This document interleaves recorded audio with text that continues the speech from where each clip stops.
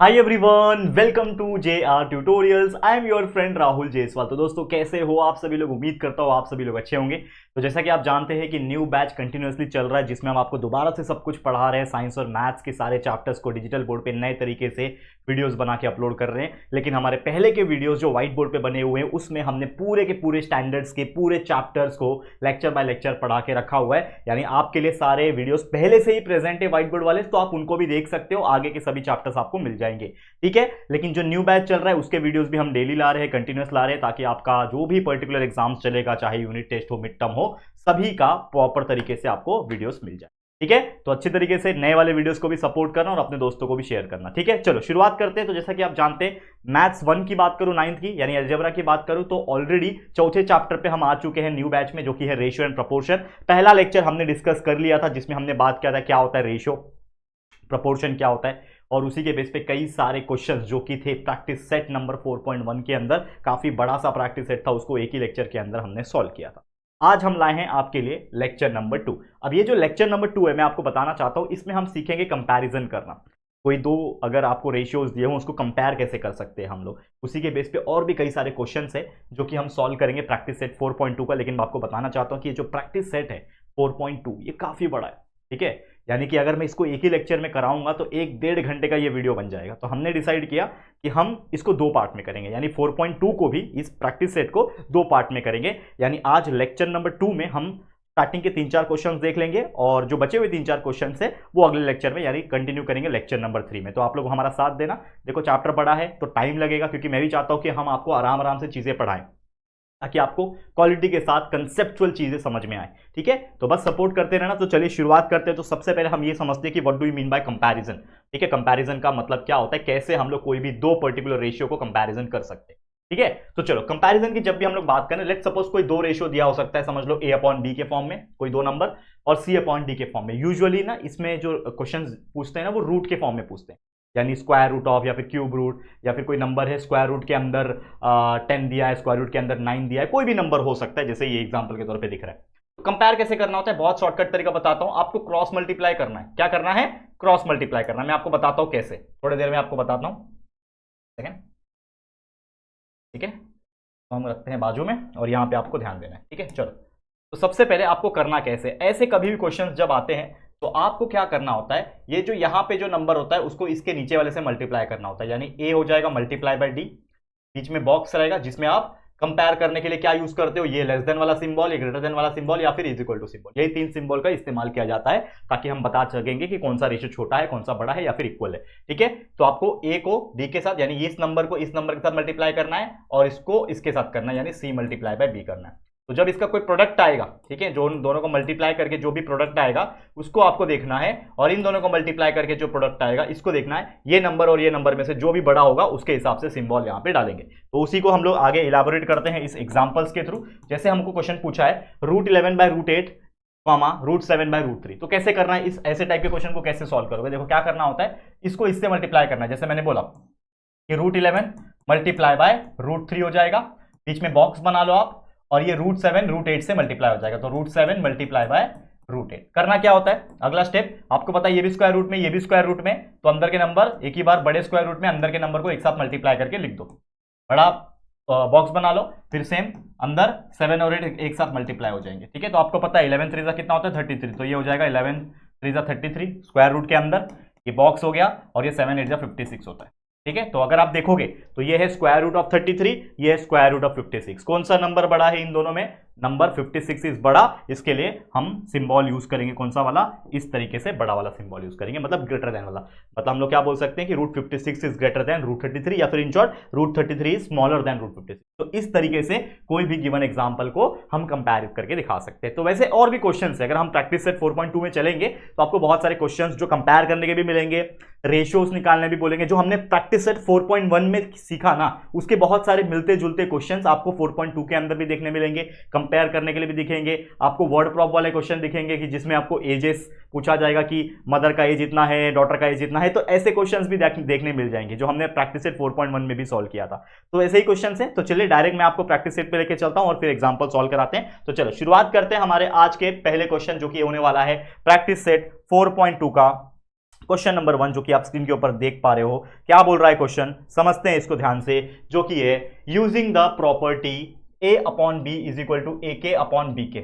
मतलब क्या होता है इसका मैं आपको समझा देता हूं। पहले देखो डायरेक्ट क्वेश्चन आया ना, तो a upon B is equal to A K upon B के का मतलब ये होता है कि जब भी आप a अपॉन बी लेते हो या फिर कोई भी नंबर आपको रेशियो के फॉर्म में दिया होता है, तो आपको इन शॉर्ट कोई कांस्टेंट k के साथ, यानी कोई ऐसा नंबर जो ऊपर और नीचे दोनों मल्टीप्लाई होके उसके वैल्यू को चेंज कर सके लेकिन उसका मीनिंग चेंज ना हो, तो ऐसे नंबर को हमको लिया जाता है, उसके हिसाब से हम रेशियो बनाएंगे। जैसे एग्जाम्पल के तौर पर समझाता हूं, जैसे कोई नंबर है 3/4। अब यही 3/4 यहां पे भी लिखा हुआ है, a अपॉन बी यहां पे भी है, a अपॉन बी यहां पे भी है, बट इसी नंबर को मैं ऊपर 2 से मल्टीप्लाई करूं, नीचे भी 2 से मल्टीप्लाई करूं, यानी k के जगह पे हमने 2 ले लिया, तो इसका मतलब हो जाएगा 6/8। ठीक है, तो ये 6/8 जो लिखा है इसका मतलब 3/4 है, क्योंकि 3/4 जो था वो 6/8 ही है, बस हमने फर्क क्या किया, 2 से मल्टीप्लाई किया, तो हमारा जो रेशियो है वो चेंज नहीं होगा, रेशियो तो वही रहेगा, दैट इज 3/4 ही रहेगा, लेकिन वैल्यू जो है वो चेंज हो जाएगा। उसी प्रकार आप इसको 4 से मल्टीप्लाई करो तो ये 12/16 बन जाएगा, 5 से मल्टीप्लाई करो तो 15/20 बन जाएगा। तो इस प्रकार से कोई भी वैल्यू चेंज हो सकता है। तो ये था बेसिक कॉन्सेप्ट इस चीज का जो मैंने आपको समझा दिया, समझ में आ रहा है, क्लियर है? तो चलो अब इसको सॉल्व करते हैं। तो कैसे सॉल्व किया जाता है, यहां पे आपको दिया हुआ है 5/7 is equal to dash upon 28 is equal to 35 upon dash is equal to dash upon 3.5। पहला ले लेंगे हम लोग, दैट इज मैं ले लेता हूं 5/7 ले लेता हूं इज इक्वल टू डैश, ठीक है, डैश दिया हुआ है होल डिवाइडेड बाय 28, मतलब यहां पे कुछ तो नंबर आएगा, तो हम लोग को दिमाग लगाना है कि क्या नंबर आ सकता है। देखो सबसे पहले अगर मैं एक बात बताऊं, ये 7 है और ये 28 है, मतलब मेरे को एक चीज समझ में आ रही है, 7 का 28 बनाया है, 7 से ही 28 बना हुआ है, तो 7 में ऐसा क्या मल्टीप्लाई करो कि 28 आ जाए, तो आपको पता है 7 4 28, मतलब आपने एक चीज नोटिस किया होगा कि ये जब 28 बना होगा तो ये 7 को 4 से मल्टीप्लाई किया होगा, मतलब इन शॉर्ट मैं क्या बोल सकता हूं, यहां पे क्या किया होगा कि 7 को 4 से मल्टीप्लाई किया होगा। और हमें पता है फॉर्मूला, अगर हम बात करें कि यहाँ पे क्लियर कट बोला है कि अगर ऊपर आप k से मल्टीप्लाई कर रहे हो या फिर नीचे k से मल्टीप्लाई कर रहे हो तो ऊपर भी k से करना पड़ेगा, यानी ऊपर नीचे दोनों k रहेंगे, यानी दोनों नंबर सेम रहेंगे।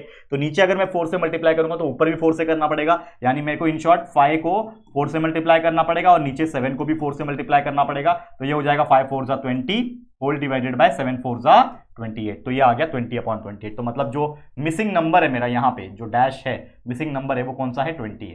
समझ में आ रहा है, मिसिंग नंबर कौन सा है मेरे लिए, 20। क्लियर है, समझ में आया, दैट द मिसिंग, एक सेकेंड क्या हो रहा है, that the missing number here is 20। समझ में आ गया 20, तो यहां पे आप लिख सकते हो कि मेरा नंबर यहाँ पे 20 आया। वैसे ही इसके आगे बढ़ो, इसके आगे सेकंड ले लेता हूं मैं, क्या बोल रहा है ये 5/7 तो रहेगा ही रहेगा, इज इक्वल टू, इसका काम खत्म, अब इसकी बारी 35 अपॉन डैश, 35 अपॉन डैश, ठीक है, 35 अपॉन डैश, यहां पे कुछ तो नंबर आएगा, ठीक है, जैसे यहाँ पे बॉक्स बना देता हूं मैं, यहाँ पे भी बॉक्स बना देता हूं, मतलब यहाँ पे कुछ तो नंबर आएगा 35 अपॉन बॉक्स, ठीक है, अब क्लियर है। चलो अब यहां पे अगर आप देखोगे तो मतलब यहां पे 5 से 35 बना है, मतलब 5 से 35 बना है, मतलब 5 में कुछ तो नंबर ऐसा मल्टीप्लाई हुआ रहेगा तब जाके 35 बना है, तो 5 के टेबल में 35 आता है क्या, 5 7 जा 35, तो मतलब मुझे क्या पता चला कि अगर मैं 5 को 7 से मल्टीप्लाई करूंगा तो 35 आता है, बराबर। लेकिन जैसे मैंने बोला कि अगर आप ऊपर 7 से मल्टीप्लाई किए 5 को, तो नीचे भी इस 7 को 7 से मल्टीप्लाई करना पड़ेगा, यानी जब ऊपर आपने 7 से किया तो नीचे भी 7 से करना पड़ेगा ना, तो नीचे 7 था पहले से ही और आपने 7 से इसको मल्टीप्लाई किया, तो आपका आंसर आ गया 5 7 जा 35 और नीचे आ जाएगा 7 7 जा 49, ठीक है। तो ऊपर 35 था, मतलब ये बॉक्स में क्या आएगा 49, मतलब इन शॉर्ट इधर खाली जगह पे क्या आएगा 49, तो आपका आंसर यहाँ पे क्या आया 49, समझा। और एक तीसरा चीज भी पूछा है इसमें, वो भी निकाल लेते हैं। तीसरा चीज क्या पूछा है, ये 5/7 जो है इज इक्वल टू, तीसरा चीज क्या है, डैश अपॉन 3.5, यानी बॉक्स अपॉन 3.5, समझा। इसको कैसे निकालोगे, अब ये 7 का 3.5 बना है, 7 का 3.5 बना है, मतलब कैसे होगा, 7 का आधा होता है 3.5, आधा मतलब कितना, देखो अगर आप कोई भी वैल्यू को उसका आधा कर दोगे, जैसे मेरे पास 10 है तो 10 का आधा होता है 5, वैसे 7 का आधा होता है 3.5, मतलब इससे समझ में आया कि ये 7 का 3.5 कैसे बना, उसका हाफ किया।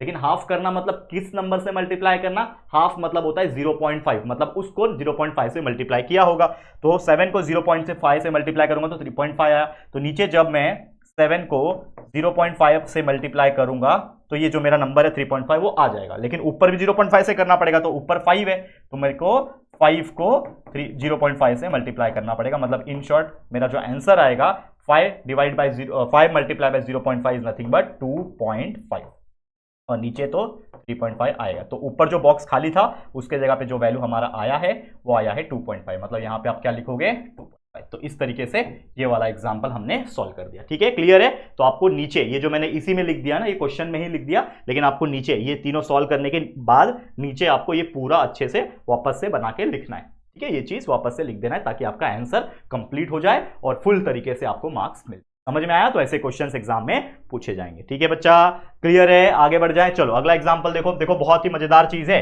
फटाफट करना है हम लोग को। ठीक है, और काफी बड़ा लेक्चर हो सकता है। जैसे मैंने बोला ये 4.2 ही एक्सरसाइज बड़ा है, बल्कि हम लोग आधा करने वाले आज, लेकिन फिर भी बड़ा लेक्चर होगा। तो ये चीज समझ के चलो कि वीडियो बड़ा होने वाला है। चलो अगले क्वेश्चन पे चलेंगे। सेम उसी प्रकार का क्वेश्चन है। क्या करना है, ये 9/14 है। ठीक है, समझो इसको। पहला क्या है, 9/14 is equal to 4.5 divide by box, divide by box, खाली डब्बा है। तो ऐसा क्या नंबर मल्टीप्लाई करूंगा कि वे 4.5 बने, और 9 का आधा होता है 4.5, 4.5 मतलब 9 का आधा। तो मतलब आपने 0.5 से मल्टीप्लाई किया, तो 9 को मैंने 0.5 से मल्टीप्लाई किया तब ये 4.5 बना। तो उसके हिसाब से नीचे भी आपको 0.5 से मल्टीप्लाई करना होगा इन ऑर्डर टू बैलेंस। तो ये हो जाएगा 4.5, नीचे आ जाएगा आपका, क्या आ जाएगा 14 मल्टीप्लाई बाय 0.5, 14 का आधा कितना होता है 7, का आधा कितना होता है 7, मतलब इन शॉर्ट आपका जो बॉक्स आया 7 आ गया। तो यहाँ पे आ जाएगा आपका 7। ठीक है, उसी प्रकार second one 9/14 is equal to क्या है, बॉक्स अपॉन 42, ये बॉक्स अपॉन 42। ठीक है, तो यहाँ पे देखो 14 का 42 बना है। अगर आप देखोगे तो 14 में ऐसा क्या मल्टीप्लाई हुआ कि 42 बना। तो 14 की टेबल में सोचो, 14 1 14, 14 2 28, 14 3 42, मतलब इन शॉर्ट क्या हुआ रहेगा, ये 14 ने अपने आप को 3 से मल्टीप्लाई किया रहेगा तो 42 बना होगा। तो जब मैंने नीचे वाले को 3 से मल्टीप्लाई किया तो ऊपर वाले को भी 3 से करना पड़ेगा। तो इन शॉर्ट आ जाएगा 9 3 27 डिवाइड बाय 14 3 42, 3 3 42। ठीक है, समझ में आया? बॉक्स ये रहा, मतलब ये वाला आपका आंसर, आपका ये बॉक्स में आ जाएगा आंसर 27। समझा? And last but not the list 9/14, ठीक है 9/14 है is equal to box upon 3.5। तो ये बॉक्स है अपॉन 3.5, मतलब इन शॉर्ट क्या है, ये 14 का 3.5 बना है। तो 14 का आधा होता है 7 और 7 का भी आधा होता है 3.5, मतलब आधे का भी आधा, मतलब इन शॉर्ट किससे मल्टीप्लाई होगा वो, मतलब उसका हमने लगभग 4th हिस्सा लिया है। तो अगर हम बात करें जैसे यहां पे था 7 का आधा लिया था, वहां पे क्या हुआ है, उसका आधा का भी आधा हुआ है। समझ में आ रहा है कि नहीं आ रहा है बच्चा? क्लियर है? तो ये हो जाएगा हमारा मल्टीप्लाई। अगर हम करेंगे तो आधा होता है 0.5, अगर हम लोग को हाफ करना है तो 0.5, और 0.5 का भी आधा होता है 0.25, मतलब इन शॉर्ट जब ये जो 14 है ये अगर 0.25 से मल्टीप्लाई होगा तब जाके ये 3.5 बनेगा। उसी प्रकार ऊपर भी 9 था तो उसको भी 0.25 से मल्टीप्लाई करना पड़ेगा। तो इसका वैल्यू क्या आएगा, 9 का आधा होता है 4.5 और 4.5 का भी आधा होता है 2.75, 4.5 का आधा हो जाएगा। करके देखो यार, देखो नहीं आता है करके देखने का कोई बात नहीं। 4.5 का आधा 4.5 डिवाइड बाय 2, ठीक है 4.5 का डिवाइड बाय 2 करना, मतलब ये हो जाएगा 2 2 4, 2.25, ठीक है 2.25 आ जाएगा। तो ऊपर आ जाएगा आंसर 2.25 और नीचे आपका तो 3.5 है। ठीक है, तो ये आपका आंसर है बॉक्स। ठीक है, बॉक्स आंसर है, मतलब ये आपका 2.5 है। समझ में आया? तो इस तरीके से ऐसे क्वेश्चंस को सॉल्व किया जाता है। आप देख सकते हो कितना बेहतरीन तरीके से हमने यहाँ पे आपको सॉल्व करके दिखा दिया। ठीक है, कोई दिक्कत, कोई क्लियर यहाँ पे? चलो अब हम चलते हैं हमारे अगले क्वेश्चन की तरफ। नेक्स्ट क्वेश्चन क्या है, देखो ऐसे क्वेश्चंस जरूर से प्रैक्टिस करके लेना, ज्यादा कुछ है नहीं, बस दिमाग लगाना था और इसको समझना था कि किससे मल्टीप्लाई होके क्या आएगा, बस यही समझना था। ओके, अब चलते क्वेश्चन नंबर 2 की तरफ। क्या बोल रहा है, फाइंड द फॉलोइंग रेशियो। हमें बोल रहा है the ratio of radius to the circumference of circle, मतलब आपको रेशियो निकालना है। इन शॉर्ट कुछ थियोरेटिकल चीज दी रहेगी उसके हिसाब से। तो यहां पे बोल रहा है द रेशियो ऑफ रेडियस, ठीक है, of a circle to the circumference of the circle. तो सबसे पहले हम लोग को मानना पड़ेगा कि लेट द रेशियो, या फिर not ratio, let the radius of circle be R. हमने मान लिया कि जो भी वो सर्कल होगा उसका रेडियस आर होगा। तो हम बोल सकते हैं कि भाई सर्कल का जो रेडियस है वो आर होगा, तो उसके हिसाब से देन उसका जो सर्कमफेरेंस बनेगा बच्चा, देन सर्कमफेरेंस विल बी क्या हो जाएगा, अगर रेडियस आर है तो सर्कमफेरेंस का फॉर्मूला क्या होता है 2 पाई आर, हमको पता ही है पहले से ही। 2 पाई r होता है। तो इसका रेशियो कैसे निकालेंगे? देयरफॉर रेशियो किसका ratio? Radius of circle to the circumference of circle. ठीक है, तो इसका रेशियो कैसा आ जाएगा? रेडियस इज r है, ये है 2 पाई r। ठीक है, तो यहां पे r और ये r कैंसल, ऊपर का r नीचे का r कैंसल, क्या बच रहा है हमारे पास? ऊपर 1 बच रहा है, नीचे बच रहा है 2 पाई। तो दिस इज द आंसर। इसको अगर रेशियो में लिख दूं तो मैं ये 1:2 पाई ऐसा लिख सकता हूं। तो दिस इज योर आंसर। तो 1:2 pi is the correct answer. समझ में आया? तो इस तरीके से ऐसे क्वेश्चन को सॉल्व करते हैं, बहुत ईजी होता है। मतलब आप देखोगे तो यहाँ पे कुछ ज्यादा हार्ड नहीं है ये चीज, बस आपको सोचना है और वही चीज को मानना है। जैसे रेडियस था तो रेडियस r लिख सकते हो, तो सर्कमफरेंस 2 पाई r हो जाएगा। ठीक है, वैसे ही करना, दिमाग लगा के। नेक्स्ट क्वेश्चन यहां पे आप देखोगे तो क्या बोल रहा है? The ratio of circumference of circle with radius r to its area. ठीक है, तो यहां पे दिया हुआ है कि here radius of circle is equal to r, ये आपको दिया हुआ है। तो उसका सर्कमफरेंस क्या हो जाएगा? रेडियस दिया हुआ है, देखो रेडियस r दिया हुआ है, तो उसका सर्कमफरेंस क्या हो जाएगा? सर्कमफरेंस हो जाएगा 2 पाई r। ठीक है, अब मुझे बताओ टू इट्स एरिया, एरिया के हिसाब से निकालना है। तो then area of circle will be कितना हो जाएगा? एरिया ऑफ सर्कल क्या होता है? पाई r स्क्वायर होता है, ये सब जानते हैं, पाई r स्क्वायर होता है एरिया ऑफ सर्कल का फॉर्मूला। हमें चाहिए रेशियो, किसका रेशियो चाहिए? तो आपको पता है फॉर्मूला क्या है, यहां पे बोल रहा है ratio of circumference of circle. Circumference का रेशियो किसके साथ निकालना है? सर्कमफरेंस ऑफ सर्कल, इसका रेशियो किसके साथ निकालना है? एरिया के साथ, तो एरिया ऑफ सर्कल के साथ। तो सर्कमफरेंस है कितना? 2 पाई r, और जो एरिया है वो है पाई r स्क्वायर। ठीक है, यहां पे आप देखोगे तो ये जो पाई है ये पाई के साथ कट जाएगा, ये एक r कट गया और इसका स्क्वायर कट गया।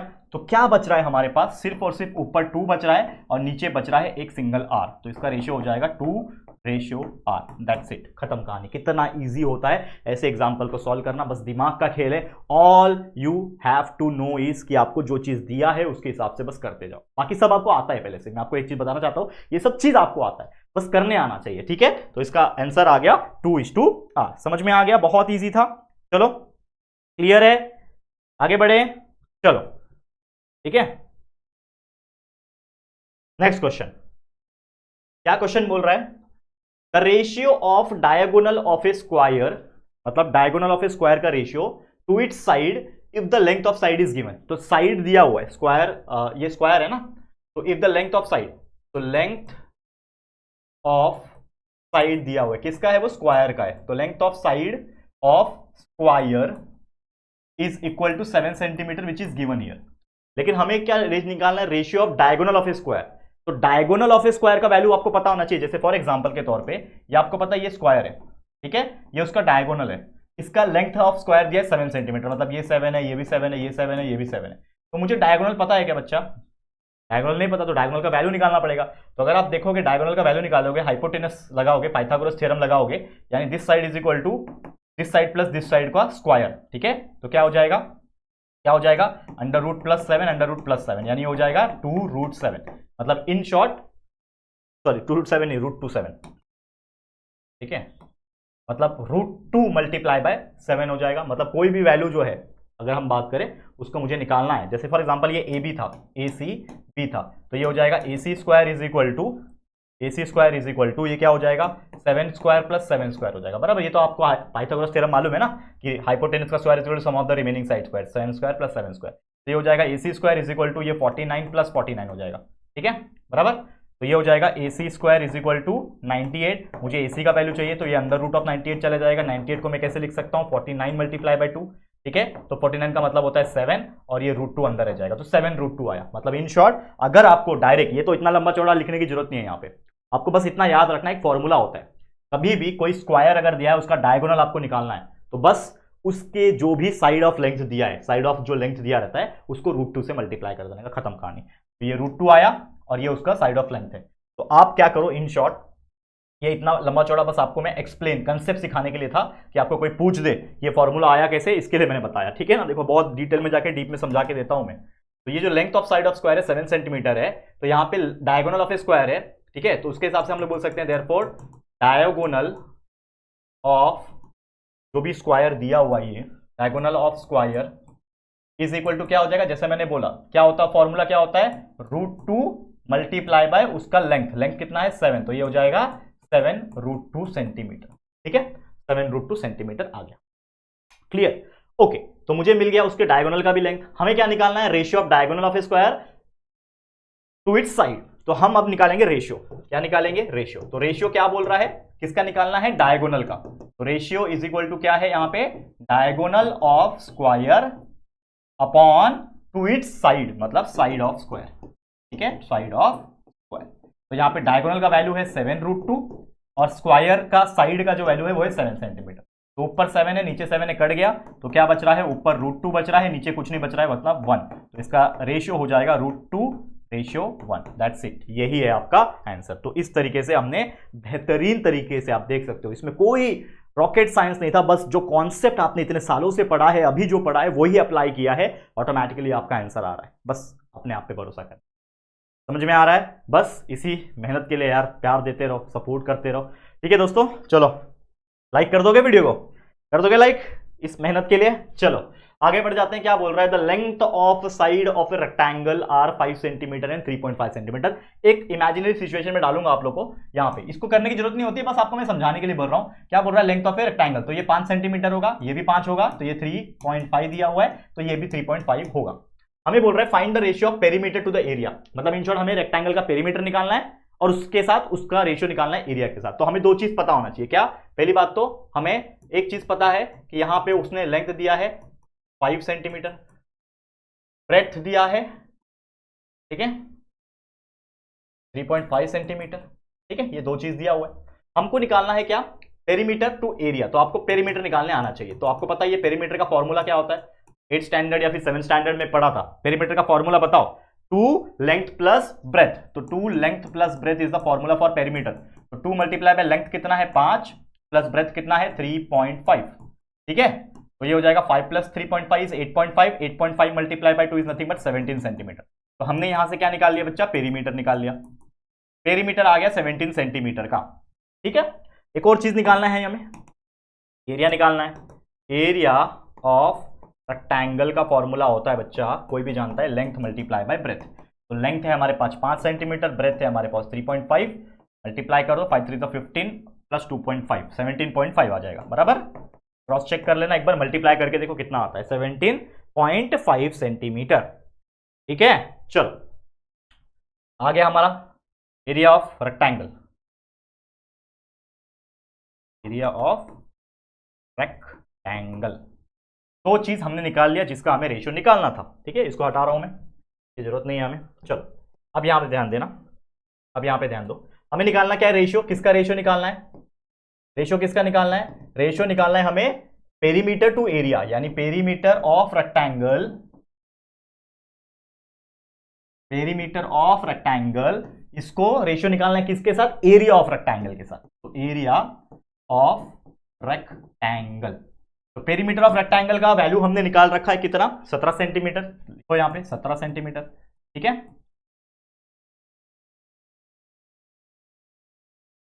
17 centimetre upon area of rectangle अभी अभी निकाला हमने 17.5 सेंटीमीटर। ठीक है, इसको सॉल्व कर लेंगे और एक रेशियो निकाल देंगे। कैसे निकालोगे, नीचे 0.5 है, मुझे मजा नहीं आता है पॉइंट में, इसको 10 से मल्टीप्लाई करूंगा, पॉइंट हटाने के लिए ऊपर भी 10 से करना पड़ेगा। तो ये हो जाएगा 170 अपॉन 175। ठीक है, पॉइंट हट गया। अब फैक्टर निकाल लेते हैं, बताओ 5 के टेबल में जाएगा, 5 के टेबल में 5 3 15, 25 4 20, 34 मल्टीप्लाई बाय 5 आ गया। नीचे 5 के टेबल में जाएगा, 5 3 15 और 5 5 25, मतलब 5 को 35 से मल्टीप्लाई किया। ठीक है, तो यहां पे आप देखोगे तो ये 5 कैंसल, क्या बच रहा है, सिर्फ और सिर्फ 34 अपॉन 35 बच रहा है। मतलब मैंने क्या किया, फैक्टराइज कर दिया, तो कट रहे थे काट दिया, क्या बचा है 34 अपॉन 35। ये और छोटा हो सकता है क्या, 5 के टेबल में 35 जाएगा लेकिन 34 नहीं जाएगा, 17 के टेबल में 34 जाएगा लेकिन 35 नहीं जाएगा, इससे छोटा और नहीं हो सकता। मतलब यही हमारा फाइनल आंसर है। तो 34:35 is the final answer. That's it, इतना इजी था। तो इस तरीके से ऐसे क्वेश्चन को सॉल्व किया जाता है। कोई भी आपको रेशियो पूछेगा तो इस तरीके से निकालना है। समझ में आ गया, चलो हम आगे बढ़ जाते हैं, अगले क्वेश्चन पे चलते हैं। अगला क्वेश्चन क्या बोल रहे हैं, देखो जो हमने सीखा था वही आ गया यहाँ पे, कंपेयर द फॉलोइंग। रेशियो। तो कंपेयर करना है, कुछ नहीं करना है, क्रॉस मल्टीप्लाई, याद है बताया था। तो ये इसको मल्टीप्लाई करना है, √5 मल्टीप्लाई बाय √7, बीच में बॉक्स बना दो, फिर 3 मल्टीप्लाई बाय 3, क्या हो जाएगा, √5 मल्टीप्लाई बाय √7 अंदर मल्टीप्लाई हो जाएंगे, ठीक है, बॉक्स, और ये डायरेक्ट 3 3 9 हो जाएगा। इसको भी कर दो तो ये हो जाएगा 5 7 35, तो √35। और अब आप देखोगे तो पहली बात तो ये जो ये जो 9 है ये एक नॉर्मल नंबर है, एक रियल नंबर है, लेकिन ये तो स्क्वायर रूट में है, तो ये कंपैरिजन हो ही नहीं सकता। दोनों या तो नॉर्मल नंबर होने चाहिए या तो दोनों स्क्वायर रूट में होने चाहिए। तो इसको तो मैं नॉर्मल रूट में नहीं निकाल पाऊंगा, 35 का स्क्वायर रूट निकलता नहीं है, लेकिन इस 9 को मैं रूट में डाल दूंगा। तो 9 किसका स्क्वायर रूट है, या फिर 9 का स्क्वायर क्या होता है, 9 का स्क्वायर होता है 81, तो ये हो जाएगा √81, मतलब √81 ही 9 होता है, तो 9 को हम लोग √81 लिख सकते हैं, ठीक है। तो अब देखोगे यहाँ पे √35 है, ये √81 है, दोनों में से बड़ा कौन है, ये बड़ा है, तो आप क्लियरली बोल सकते हैं देयरफॉर, अब क्या बोल सकते हैं, √81 इज बड़ा, मतलब आप सिंबल कौन सा यूज करोगे, ये वाला सिंबल यूज करोगे। तो हम लोग फाइनली क्वेश्चन ले लेंगे, हमारा जो मेन क्वेश्चन है, √5/3, बीच में बॉक्स बन जाएगा, और 3, या फिर दूसरा कलर लेता हूं मैं, क्या है, √5/3, बीच में बॉक्स बन जाएगा, 3/√7, सिंबल कौन सा बना, ये वाला, तो आप लिख दो यहाँ पे ये वाला सिंबल। इस तरीके से आपने बता दिया कि दोनों में से कौन सा बड़ा है, समझा। सेम यहाँ पे देखो, कुछ नहीं करना है, बहुत ईजी है, ध्यान देना।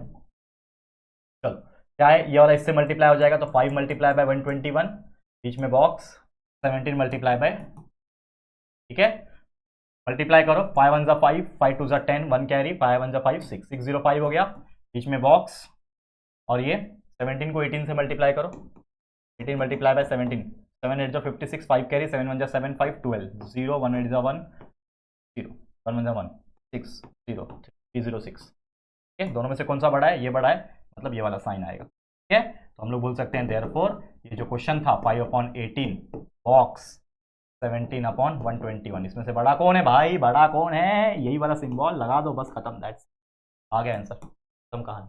तो इस तरीके से ऐसे कंपेयर किया जाता है, बहुत इजी है यार, मतलब चुटकी बजाते आप कर सकते हो। और भी क्वेश्चन है हमारे पास, ये देखो ऐसे लेंथी वाले बड़े बड़े वाले एग्जाम में आते हैं, जो थोड़ा सा आपका टाइम कंज्यूम करे, ऐसे जानबूझ के क्वेश्चंस दिए जाते हैं, कुछ नहीं करना है, वही मेथड, ये वाला मल्टीप्लाई बाय ये 3√5 मल्टीप्लाई हो जाएगा दिस √125 के साथ, बीच में बॉक्स बन जाएगा, √63 मल्टीप्लाई बाय 5√7, कुछ नहीं, इन दोनों को क्या करना है, बस मल्टीप्लीकेशन में डालना है, ध्यान देना कि कैसे करना है आगे, ठीक है।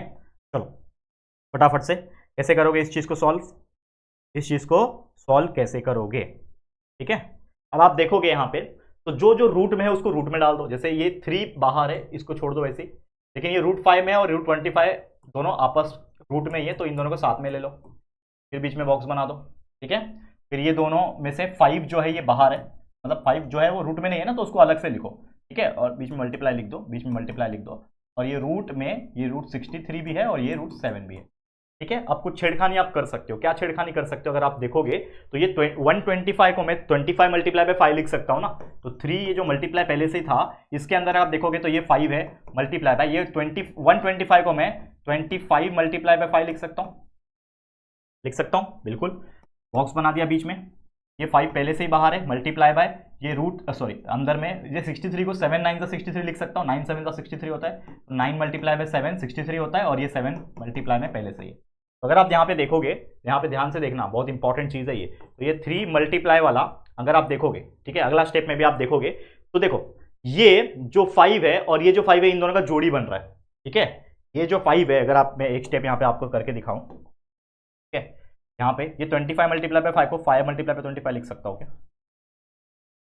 25 मल्टीप्लाई बाय 5 को मैंने 5 मल्टीप्लाई बाय 25 लिखा, ये जस्ट आपको दिखाने के लिए कि 5 5 साथ में है, तो 2 5 साथ में है, तो 5 5 25 होता है, तो 25 का स्क्वायर रूट 5 बाहर आ जाएगा, तो ये 3 पहले से ही था, ये दोनों का 25 का रूट बाहर निकल के 5 आ गया, ये तो 25 है, ये 25 का भी स्क्वायर रूट बाहर आ जाएगा 5, अंदर क्या बचेगा, कुछ भी नहीं, समझा, समझ में आ रहा है, अंदर कुछ नहीं बचा, बीच में बॉक्स, ये 5 पहले से ही बाहर है, मल्टीप्लाई बाय ये 9 का स्क्वायर रूट क्या निकलेगा बाहर 3, ये 7 मल्टीप्लाई बाय 7 49 होगा, 49 का स्क्वायर रूट बाहर यानी 7, ठीक है। तो 3 मल्टीप्लाई बाय 15 15 फाइजा होता है, 15 फाइजा 15 4 60 15 फाइजा 75, तो ये आ जाएगा 75, बीच में बॉक्स, 5 3 15 15 7 135 होता है, 7 21 21 Pfizer 105।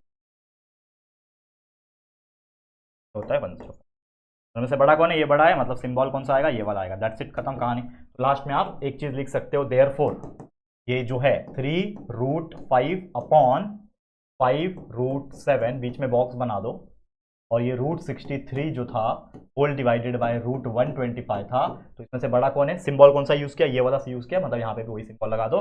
That's it, this is your final answer. तो आपने बता दिया कि इन दोनों में से बड़ा कौन है, छोटा कौन है। क्लियर? तो ऐसे किया जाता है, ऐसे क्वेश्चन को सॉल्व बहुत ईजी होता है, बस आप करते जाओ, आंसर अपने आप निकलता है। ठीक है, एक और क्वेश्चन देख लो। ये है √80 मल्टीप्लाई हो जाएगा √27 के साथ में बॉक्स, √45 मल्टीप्लाई बाय √48। ठीक है, सॉल्व करो। अंदर दोनों चले जाएंगे रूट में एक साथ, तो 80 मल्टीप्लाई बाय 27 हो जाएगा, बीच में बॉक्स बनेगा, और ये दोनों अंदर चले जाएंगे, 45 मल्टीप्लाई बाय 48 हो जाएगा। ठीक है, अब इन दोनों में देखिए कुछ कॉमन फैक्टर्स निकलते हैं क्या, या फिर कुछ ऐसा चीज है क्या जो निकलते हैं, चेकआउट करो। ठीक है, चेकआउट करो कुछ निकलते हैं क्या यहाँ पे। ठीक है, तो दोनों को मल्टीप्लाई करता हूँ, देखो अगर कुछ कॉमन नहीं भी निकलते दोनों मल्टीप्लाई कर दो। तो 80 को 27 से मल्टीप्लाई करो, पहले 80 को 27 से करूंगा, 7 0 0, 7 8 56, 0 2 0 0, 2 8 16, 0 6 6 5 11, 6 5 11, 1 कैरी 2, वो 2160। और वैसे ये 45 को 48 से मल्टीप्लाई करो, 48 मल्टीप्लाई बाय 45। ठीक है, सॉल्व कर लो। 5 8 40, 4 कैरी, 5 4 20, 24, 0 4 8 32, 3 कैरी, 4 4 16, 17 18 19, 0 0 6 9 2 11, 1 कैरी 2, 2160। तो 2160 यहाँ पे भी आ रहा है, 2160 यहाँ पे भी आ रहा है, मतलब इक्वल आएंगे। तो इन दोनों का मल्टीप्लीकेशन करके इन शॉर्ट ये आ गया 2160 ये बॉक्स, और इन दोनों को मल्टीप्लाई करके भी स्क्वायर रूट में आ गया 2160। तो आप देखोगे दोनों नंबर सेम है, तो हम लोग बोल सकते हैं देयरफॉर ये दोनों क्या है, इक्वल है। तो इन शॉर्ट ये जो नंबर है ओरिजिनल वाला जो कि है √80/√48, बॉक्स बना दो, और ये जो √45 है होल डिवाइडेड बाय √27 जो है, इन दोनों में दोनों इक्वल है। This is the final answer, खत्म कहानी। समझा? तो इस तरीके से सॉल्व करना होता है। Okay, clear? देख सकते हो आधे घंटे का वीडियो बन चुका है। यूजुअली हम आधे घंटे तक वीडियो खत्म कर देते हैं, मतलब लेक्चर हमारा हो जाता है, लेकिन आप देखोगे तो अभी तक हम लोग क्वेश्चन नंबर 3 पे ही है अभी तक देखोगे तो कोई बात नहीं। जैसे मैंने बोला थोड़ा सा वीडियो बड़ा बन जाएगा, और एक दो एग्जाम्पल है जिसको हम सॉल्व करेंगे, और फिर अगले लेक्चर में इसको कंटिन्यू करेंगे। ठीक है, चलो नेक्स्ट क्वेश्चन क्या है। यहाँ पे देखो पॉइंट वाला है, कुछ नहीं करना, इन दोनों को मल्टीप्लाई करना है। 9.2 मल्टीप्लाई बाय 7.1, ठीक है, बीच में बॉक्स बन जाएगा। 3.4 मल्टीप्लाई बाय 5.1, इन दोनों का मल्टीप्लीकेशन कर दो, जो भी आएगा हम निकाल लेंगे। ठीक है, चलो मल्टीप्लीकेशन कर दो। तो 9.2 को 7.1 से मल्टीप्लाई करूंगा तो 65.32 आता है, तो ये आएगा 65.32, और ये जो 3.4 मल्टीप्लाई बाय 5.1 है इसको आएगा 17.34। ठीक है, 17.34। तो अगर आप देखोगे दोनों में से बड़ा कौन है, ये बड़ा है, तो ऑब्वियसली ये वाला जो सिंबल है वो आएगा। तो इसका मतलब हम लोग बोल सकते हैं कि 9.2 डिवाइड बाय 5.1, बीच में बॉक्स, 3.4 डिवाइड बाय 7.1 में से कौन बड़ा कौन छोटा है, ये बड़ा है, ये छोटा है, मतलब ये वाला सिंबल आएगा। ठीक है, दैट्स इट, खत्म कहानी। ना इजी था इसको सॉल्व करना, ऐसे क्वेश्चन को सॉल्व करना और कंपेयर करना, जो कि हमने आपको बता दिया। ठीक है, आगे बढ़ जाते हैं, नेक्स्ट क्वेश्चन पे चलते हैं। नेक्स्ट क्वेश्चन क्या बोल रहा है, देखो ये थ्योरेटिकल क्वेश्चन, क्वेश्चन नंबर 4 जो है, अगर हम क्वेश्चन नंबर 4 की बात करें काफी बड़ा है। 4 से 5 एग्जाम्पल पूछे हुए क्वेश्चन नंबर 4 के अंदर ही। तो आज मैं 2 एग्जाम्पल कराता हूं, और फिर अगले लेक्चर से क्वेश्चन नंबर 4 का जो भी बचा हुआ रहेगा कंटिन्यू करेंगे, फिर क्वेश्चन 5 आएगा, 6 आएगा, 7 आएगा, जो भी आएगा करेंगे। तो चलो इसको हम लोग सॉल्व करेंगे आज के दिन। तो क्या बोल रहा है, ध्यान से समझते हैं इसको। ठीक है, समझे क्या बोल रहा है कि एक क्वाड्रिलेटरल है एबीसीडी नाम का, एक पैरेललोग्राम है। ठीक है, पैरेललोग्राम होगा मतलब कैसा होगा, इस प्रकार का शेप होगा उसका। ऑब्वियसली आप जानते हो कि पैरेललोग्राम ऐसा होता है। ठीक है, अब इसका जो नाम है वो है ए बी सी डी। हमने क्या किया, एक पैरेललोग्राम को क्या कर दिया है, ड्रॉ कर दिया है, जिसमें आपको बोल रहा है कि जो रेशियो है एंगल ए और एंगल बी का पैरेललोग्राम का, वो 5:4 है। मतलब ये आपका 5 होगा, ये आपका 4 होगा, तो 5:4। लेकिन हम लोग को एक चीज लेना पड़ेगा, कॉमन मल्टीपल। याद है मैंने कभी भी आपको बताया था कि जब एंगल वाला दिया होता है रेशियो के फॉर्म में, तो हमें कॉमन मल्टीपल लेना पड़ता है। तो हम ले लेंगे let the common multiple be x. तो उसके हिसाब से क्या हो जाएगा, देयरफॉर एंगल ए क्या हो जाएगा, ये हो जाएगा, एंगल ए का क्या है 5 है ना, तो ये हो जाएगा 5x, और एंगल बी हो जाएगा मेरे लिए 4x। ठीक है, बराबर। तो इसको आप लिखो 5x एंड 4x। समझा? हमें बोल रहा है find the measure of angle B. Angle B हमें निकालना है, लेकिन निकालोगे कैसे, इसको कैसे किया जाता है। तो आपको एक चीज याद आ रहा होगा, हमने पैरेललोग्राम में पढ़ा हुआ है कि अंदर के इंटीरियर एंगल सप्लीमेंट्री होते हैं। ठीक है, क्या होते हैं, अंदर का जो भी इंटीरियर एंगल जो होता है वो क्या होता है, सप्लीमेंट्री होता है। तो मतलब इन शॉर्ट हम लोग बोल सकते हैं, यहां पे लिखो, यहां पे वी नो इन पैरेललोग्राम, ठीक है। पैरेललोग्राम में क्या होता है अगर हम बात करें, ठीक है, पैरेललोग्राम में क्या होता है, अंदर के जो एंगल, हाँ एडजेसेंट एंगल बोलते हैं उसको, ठीक है ना, adjacent angles of parallelogram are supplementary, we know that adjacent angles are supplementary. तो इसका मतलब ये हो जाएगा एडजेसेंट एंगल कौन है, बगल बगल के एंगल, तो ये सप्लीमेंट्री होते हैं। तो मतलब इन शॉर्ट में क्या लिखूंगा कि एंगल ए जो होगा के बाजू वाला एंगल, एंगल बी जो होगा, इन दोनों को मैं प्लस करूंगा तो प्लस करके 180 आएगा। तो ये है मेरा 5x, ये है मेरा 4x इज इक्वल टू 180। तो उसके हिसाब से हो जाएगा 9x is equal to 180, therefore x will be equal to 180 divide by 9 हो जाएगा। तो देयरफॉर x का वैल्यू आ गया 20, ठीक है। x का वैल्यू कितना आ गया, 20 आ गया। तो x का वैल्यू हमारे पास आ गया, लेकिन हमको क्या चाहिए, एंगल b का वैल्यू चाहिए। तो एंगल b कितना है, अगर आप देखो यहां पे ध्यान से, therefore angle b is equal to कितना है हमारा 4x है। तो इसके हिसाब से एंगल b कितना हो जाएगा, 4 मल्टीप्लाई बाय x का वैल्यू 20 आया है, मतलब 24 हो जाएगा 80। एंगल b का वैल्यू आ गया 80 डिग्री। तो इस तरीके से हमने एंगल b का जो वैल्यू है वो 80 डिग्री आसानी से जो है वो निकाल लिया है। क्लियर बच्चा, कोई दिक्कत, कोई परेशानी? इजी होते हैं क्वेश्चन, दिमाग का खेल है, ठीक है, दिमाग का खेल है कि आपको क्या करना है क्या नहीं करना है। और उससे भी ज्यादा इंपॉर्टेंट ये है कि आपको कॉन्सेप्ट पता होना चाहिए। जैसे मैंने बताया कि पैरेललोग्राम के एडजेसेंट एंगल सप्लीमेंट्री होती है, तो ये आपको याद होना चाहिए। ये सब हमने 8th स्टैंडर्ड में पढ़ा हुआ है, 8th में पढ़ा है, 9th में भी पढ़ा है कुछ चीजें। तो ये अगर आपको याद है तो हर एक चीज को आपको समझ में आ जाएगा कि भाई पैरेललोग्राम आया, ट्रेपेजियम आया, काइट आया, रोम्बस आया, तो कैसे कैसे उसके प्रॉपर्टीज होते हैं ये याद होना चाहिए, ठीक है। चलो आज का एक आखिरी क्वेश्चन कर लेते हैं। काफी थकान मुझे भी हो गई है, मुझे लगता है आप लोग को भी हो गई होगी, ठीक है। इतनी हम लोग भी पढ़ाते पढ़ाते थक जाते हैं, तो मैं भी नहीं चाहता कि हम एक एक डेढ़ 2-2 घंटे का वीडियो बना दे ताकि हमारे बच्चे भी थक जाए पढ़ते पढ़ते और हम भी पढ़ाते पढ़ाते थक जाए। तो हम दोनों के बारे में सोचते हैं, ठीक है। चलो क्या बोल रहा है, the ratio of present ages of Albert and Salim, Salim है यहां पे और अल्बर्ट है, उसके एजेस दिए हुए रेशियो 5:9। तो हम लोग क्या करेंगे, सबसे पहले तो हम लोग एक कॉमन मल्टीपल ले लेते हैं। तो let the common multiple be x, हमेशा मान के चलते हैं लेट द कॉमन मल्टीपल, कभी भी रेशियो आए तो कॉमन मल्टीपल हमें लेना ही पड़ता है। तो let the common multiple be x। तो उसके हिसाब से the ratio of present ages of Albert, तो अल्बर्ट का प्रेजेंट एज क्या हो जाएगा, अल्बर्ट प्रेजेंट एज क्या हो जाएगा, के हिसाब से ये अल्बर्ट का है, ये सलीम का है, तो ये 5 है, तो ये हो जाएगा 5x। वैसे ही सलीम का प्रेजेंट एज क्या हो जाएगा 4x, सॉरी 9 है ना, माफ करना 9x। समझा ये चीज, ये कैसे आया, हमने बस क्या कर दिया, कॉमन मल्टीपल लेके अल्बर्ट और सलीम का लिख दिया उसका प्रेजेंट एज। अब आगे क्या बोल रहा है, 5 ईयर हेंस। देखो ये बच्चे ना कंफ्यूज होते हैं, क्या बोल रहा है, 5 years hence ratio of their edges will be 3:5। अब हेंस का मतलब क्या होता है, 5 साल पहले बोलता, 5 ईयर बिफोर बोल देता, 5 ईयर आफ्टर बोल देता, ठीक है, 5 ईयर लेटर बोलता, लेकिन हेंस क्या होता है। तो बहुत सारे बच्चे ऐसे होते हैं जिसको हेंस का मतलब समझ में नहीं आता है। एग्जाम में कहीं पे भी हेंस दिख गया ना तो समझ जाना बाद में, हेंस मतलब खत्म होने के बाद, होने के बाद। तो मतलब बोल रहा है 5 ईयर होने के बाद, यानी 5 ईयर हेंस जो रेशियो होगा उनके एज का वो क्या होगा, इट विल बी। और एक और चीज है, ग्रामर जिसको समझ में आता है, ये विल बी लिखा हुआ है, वॉज लिखा होता तो ये पहले होता, मतलब 5 साल पहले, 5 ईयर बिफोर होता अगर वॉस होता, लेकिन ये 5 ईयर हेंस लिखा। हेंस का मीनिंग समझ में भी नहीं आया, लेकिन यहां पे क्या लिखा है, विल बी। तो विल बी तो फ्यूचर में ही होगा, मतलब बाद की बात हो रही होगी, सीधी बात है। तो ये 3:5 है, मतलब 5 साल बाद। तो हम लोग क्या लिख सकते हैं यहां पे कि आफ्टर 5 ईयर्स। तो हम लोग लिखेंगे यहां पे आफ्टर 5 ईयर्स अल्बर्ट का एज कितना हो जाएगा, अल्बर्ट 5 साल बाद, पहले 5x था, अब कितना हो जाएगा 5 साल बाद 5x + 5 हो जाएगा। वैसे सलीम का पहले एज कितना था, 9x था, अब 5 साल के बाद कितना हो जाएगा, 9x + 5 हो जाएगा। समझा, ये बेसिक चीजें, बहुत बेसिक चीजें, इतना समझ में आया होगा कि अल्बर्ट एज 5x + 5 9x + 5, ठीक है।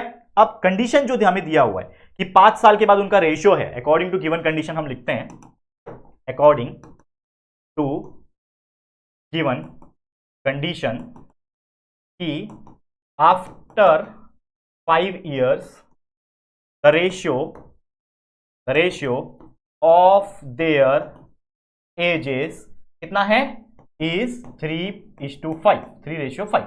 तो हम लोग बोल सकते हैं कि जो अल्बर्ट का जो एज है यानी 5x + 5 है, ठीक है, अल्बर्ट का जो एज है क्या है 5x प्लस 5 का रेशियो सलीम के एज के साथ जो कि है 9x प्लस 5, ये किसके बराबर है 3:5 यानी 3/5 के बराबर है। तो ये हमें किससे मिला, क्वेश्चन से ही कंडीशन हमें मिल गया। बस बच्चा इसको आप सॉल्व कर लोगे तो आपका आंसर आ जाएगा। तो चलो सॉल्व कर लेते हैं फटाफट से। तो क्रॉस मल्टीप्लाई हो जाएगा तो 5x प्लस 5 मल्टीप्लाई बाय 5 हो जाएगा, तो 5 मल्टीप्लाई बाय 5x प्लस 5 हो जाएगा, पूरे ब्रैकेट के साथ ये 5 मल्टीप्लाई हो जाएगा, वैसे 3 इस पूरे ब्रैकेट के साथ इज इक्वल टू बीच में है लिख दो, वैसे 3 मल्टीप्लाई हो जाएगा इस पूरे के साथ जो कि है 9x प्लस 5। बस सॉल्व कर लेना, आपका आंसर आएगा 5 multiply by 5 25x plus 5 5 25 is equal to 3 9 27x plus 5 3 15। Number को साथ में लो, x वाले को साथ में लो, तो ये 25x को 27 के बाद भेज दूंगा, ये 25 प्लस 25 इधर रखा, ठीक है, ये 15 जो था प्लस 15 इसको अपने पास लेके आऊंगा तो माइनस 15 हो गया, इज इक्वल टू ये 27x पहले से इधर था, ये 25x को इधर लेके आऊंगा तो माइनस 25x हो जाएगा। 15 में से 25 में से 15 गया कितना बचेगा 10 बचेगा, 27x में से 25x गया कितना बचेगा 2x बच गया, सीधा कर लो इसको तो 2x इज इक्वल टू 10 हो जाएगा, तो therefore x will be equal to 10/2 हो जाएगा, that will be equal to 5। तो आपका x का वैल्यू 5 आया। x क्या माना था हमने, कॉमन मल्टीपल, लेकिन हमको निकालना क्या है, find their present age. Present age क्या माना है हमने, अल्बर्ट का 5x सलीम का 9x, तो हम क्या डालेंगे x इज इक्वल टू जो 5 आया है इसको उठा के इसमें डाल देंगे, तो देयरफॉर अल्बर्ट प्रेजेंट एज कितना हो जाएगा, अल्बर्ट का प्रेजेंट एज कितना है 5x है, 5x यानी 5 मल्टीप्लाई बाय x का वैल्यू 5 है यानी हो जाएगा 25 साल, 25 ईयर्स। वैसे ही Salim, therefore Salim present age कितना था, सलीम का प्रेजेंट एज माना कितना है 9x, तो 9x यानी 9 मल्टीप्लाई बाय x का वैल्यू कितना है 5, तो 9 5 होता है 45।